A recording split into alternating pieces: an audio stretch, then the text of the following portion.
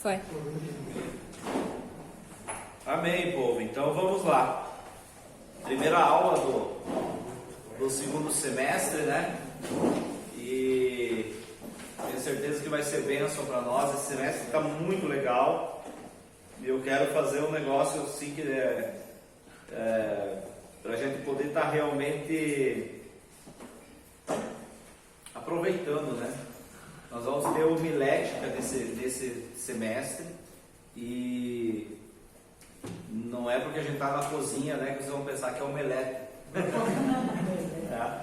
Homilética vem de homilia, né, que é a arte de você propor uma ideia, defender essa ideia e de alguma forma trazer uma compreensão sobre alguma coisa. Não é a palavra exegese, hermenêutica e homilética fazem todas essas palavras em grego, elas vão dar conta do estudo da Bíblia, do conhecimento da palavra, da interpretação da palavra e da anunciação dessa palavra, né?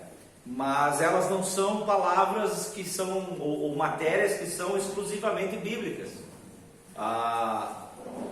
Na advocacia, aí o André pode dizer, né, mas existe a hermenêutica das leis, né, a maneira como você interpreta essas leis, né, dentro do próprio direito. Outras ali vai falar sobre homilia, sobre você defender teses, defender pontos de vista. Mas nós vamos ver focado realmente na questão bíblica, né? Então nós vamos ter nesse semestre, e eu vou explicar para vocês, deixa eu ver se eu acho aqui as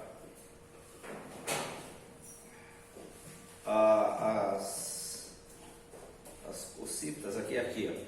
As matérias desse primeiro semestre são Jesus Cristo, seu sacrifício e salvação, pregação e ensino da palavra, tá? Então nós vamos focar muito nessa questão, porque eu entendo assim aqui, nós já vimos hermenêutica no semestre passado, mas eu quero focar principalmente nisso, de a gente ler, entender a palavra e repassar aquilo que a gente aprendeu, porque todo o resto é importante dentro de um curso de teologia, mas isso é fundamental, porque se nós não soubermos essas coisas e nós não passarmos essas coisas, nós não podemos nos chamar ou nos nomear discípulos de Jesus, porque Jesus ele disse: ide e pregai o evangelho a toda criatura, né?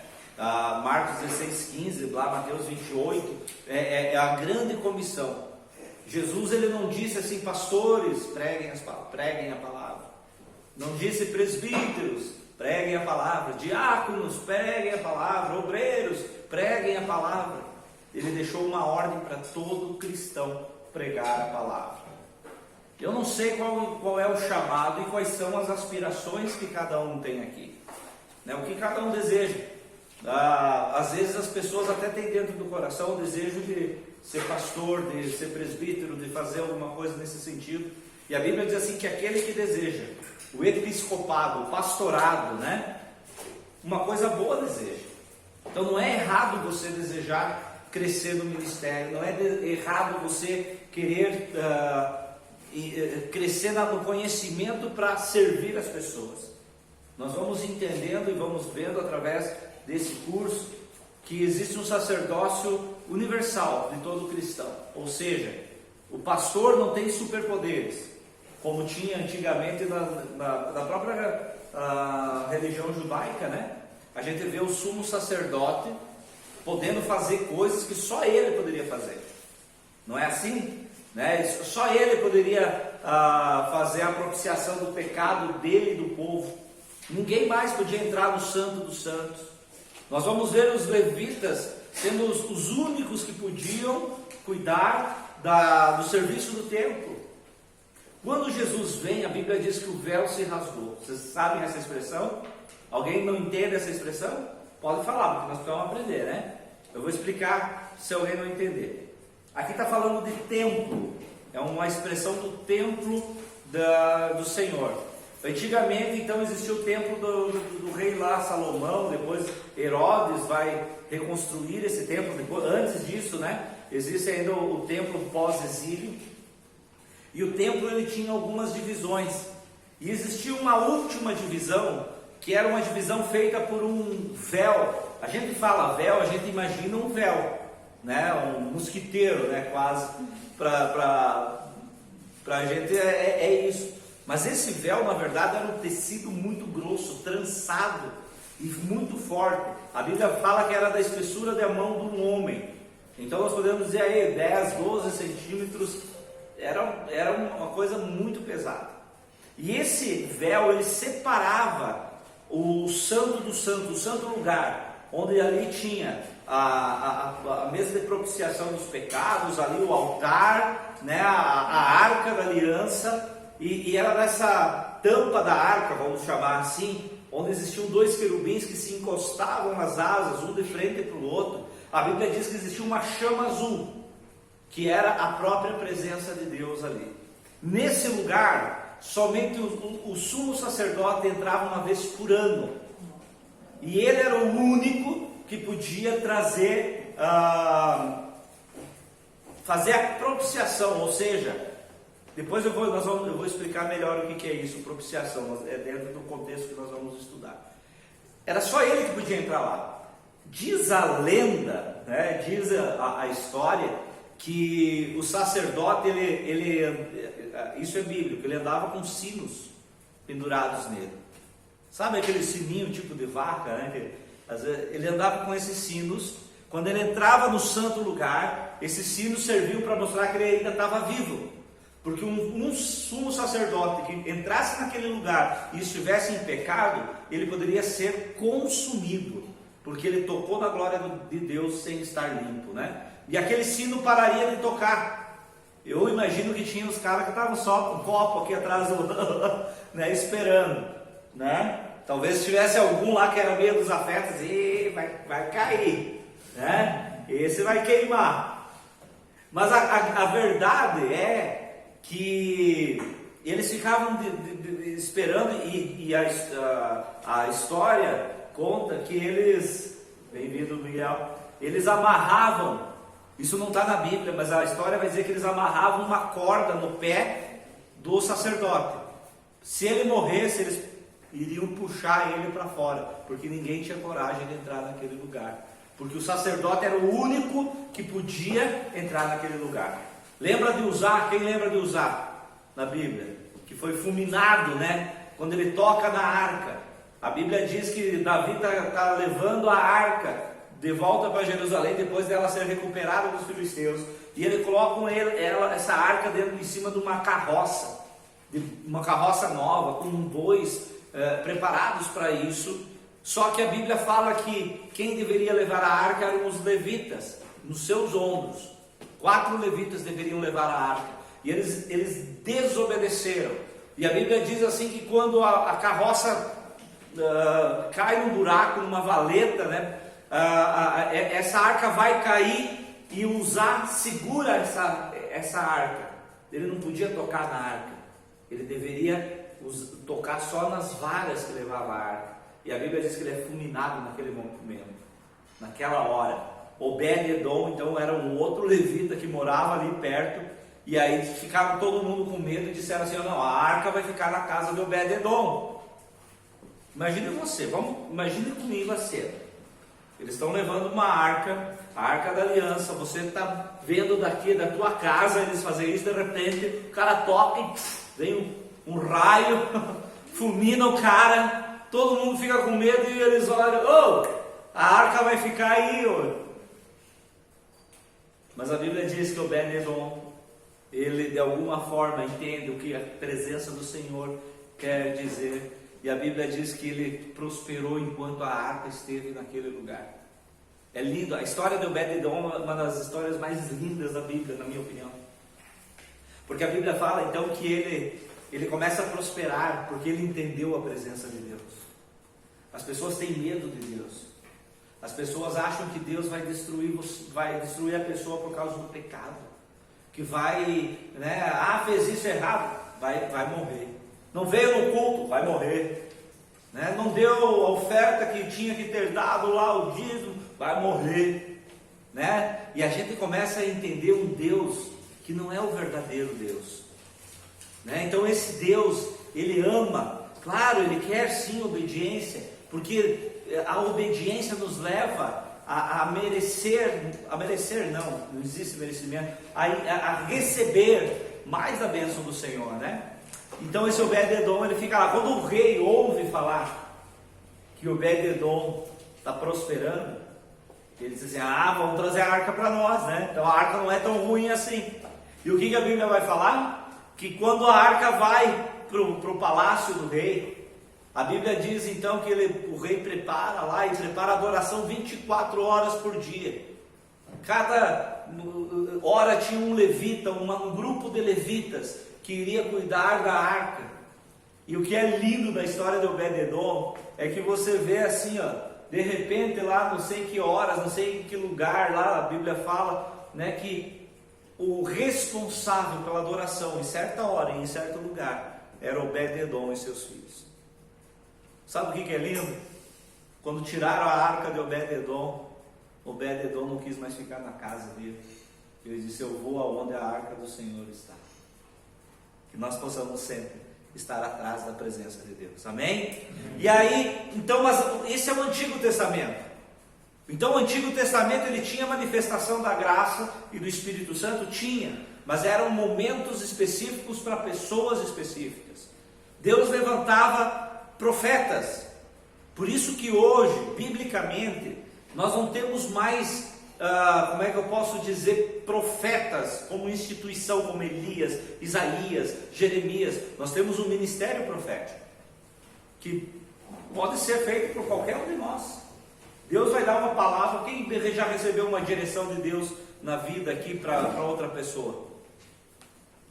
Isso é ministério profético. Quando nós usamos a palavra para falar, você pode até não ter uma palavra, mas quando usa a Bíblia para pregar, você está sendo profeta na vida das pessoas. Então hoje não existe mais como é que eu posso dizer assim, um chamado específico para profeta. Existe um ministério profético, que é para cada um de nós. E existem sim pessoas que têm mais aptidão para isso, né? Que têm o dom profético. Mas, então nós biblicamente vamos perceber isso. Mas esse véu, então ele representava isso. Essa separação entre o que era santo e o que era mundano. Aquilo que era sacro e aquilo que era secular. Quando Jesus morre, a Bíblia diz que o véu se rasgou. Só que esses dias eu estava lendo um artigo lá e eu achei lindo isso também. Não foi o véu que se rasgou de um jeito, né? Deus mandou, rasga o véu. Não, é o próprio Deus que levanta do seu trono e rasga o véu de cima para baixo. Sabe o que Deus estava falando? Eu estava com saudade de vocês. Eu quero estar, né? Que vocês estejam na minha presença. Está liberado agora. Então nós temos esse sacerdócio que é universal. Não existem mais pessoas que tenham o chamado para isso, o chamado, né? Existem chamados, obviamente, mas não é um chamado, vamos supor, somente de uma pessoa para uma coisa, não, agora está liberado. Talvez o teu chamado seja pastoral, talvez seja profético, talvez seja de ensino, né? A Bíblia vai falar sobre os 5 ministérios, apostólico e pastoral, profético, qual que faltou? Evangelismo, né? Tu vê pessoas que têm uma aptidão muito grande para evangelizar. Mas sabe, isso não é mais uma coisa, sabe, que é só para aquele que está lá, o pastor, o evangelista, é para todo cristão. Então a partir daí nós vamos começar a perceber isso. Né, que esse ministério profético vai acontecer através da nossa vida. E por isso que é importante aprender. Eu estava vendo agora, estou estudando também um pouco sobre apologética. Apologética é tudo nome bom, né?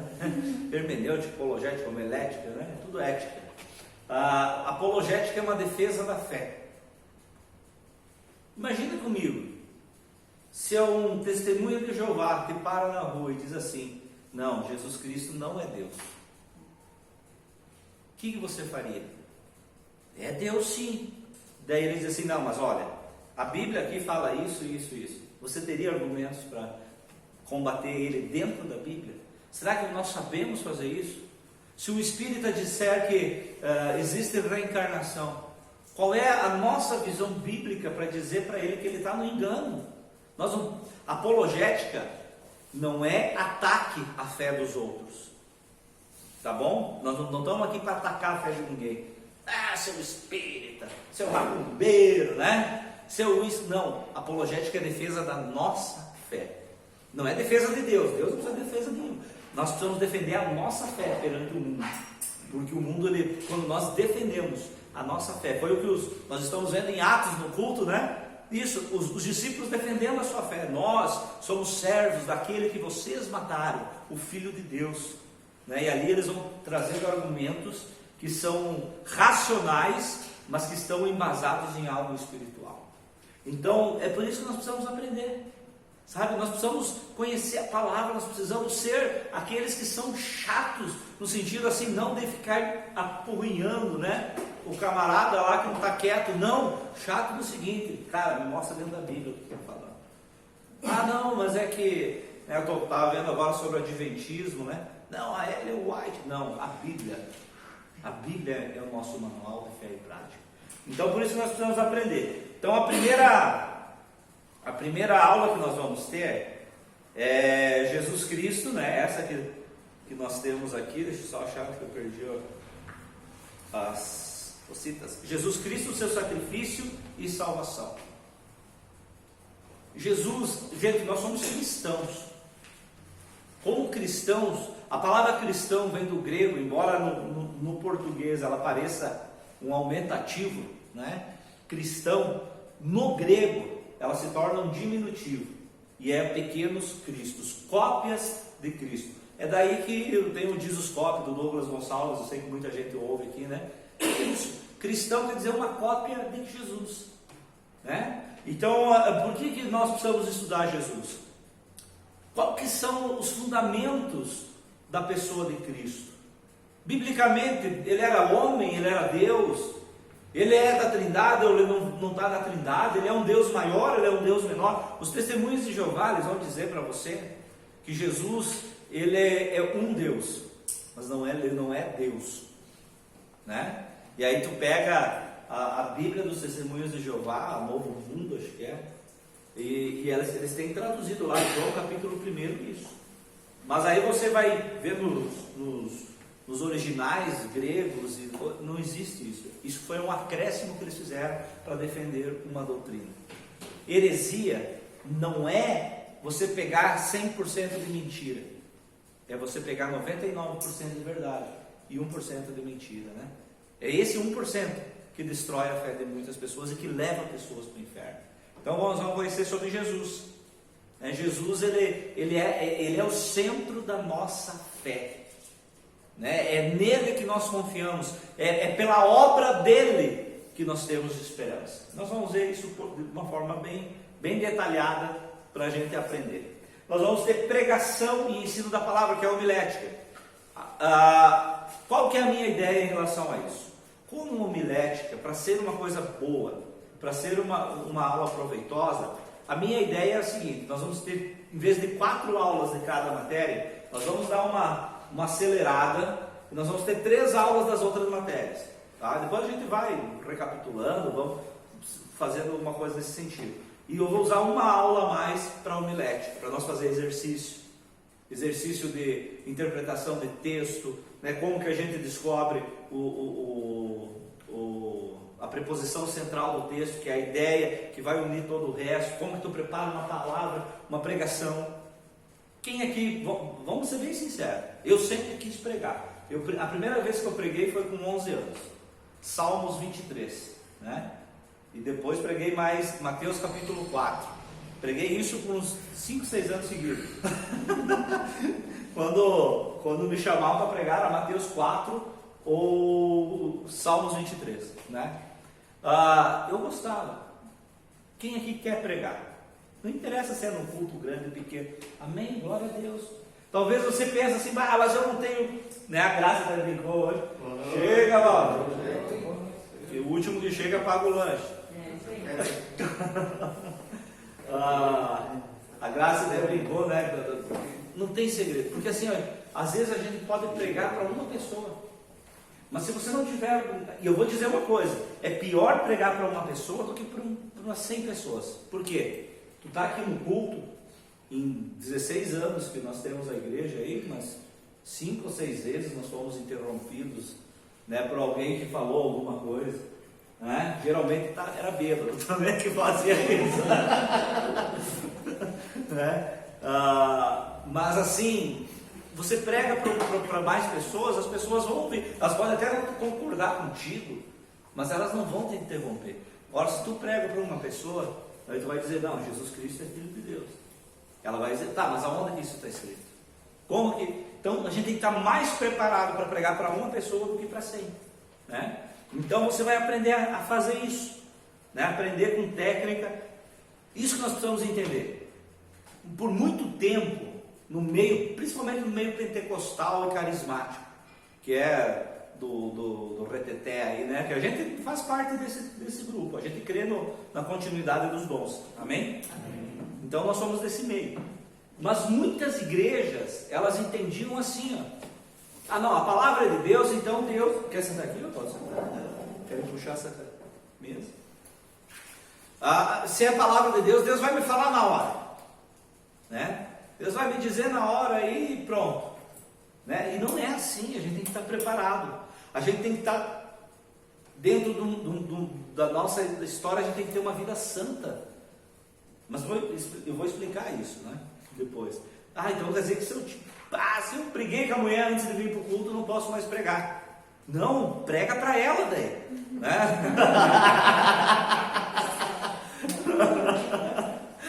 Não é esse o sentido, mas dentro do possível a gente precisa buscar ter uma vida que condiga com a palavra. Nós nunca vamos, infelizmente, amados, nós nunca vamos conseguir viver tudo que a gente prega, porque a palavra sempre vai ser maior do que o pregador. Mas dentro do nosso possível, nós temos que, a palavra precisa ser o alvo, né? Precisa ser a nossa busca. Perguntaram para Spurgeon, né, se ele vivia tudo que ele pregava, ele disse nunca, mas é o alvo que eu busco com vontade, né, com anseio. Então é isso. Então a partir daí nós vamos ter uma vida santa, mas nós também precisamos nos preparar didaticamente, entender o que as pessoas, como que elas aprendem melhor, né? Porque não adianta tu pregar para 200 pessoas, como é mais ou menos no tempo normal da igreja aí, né? E daí saiu dali,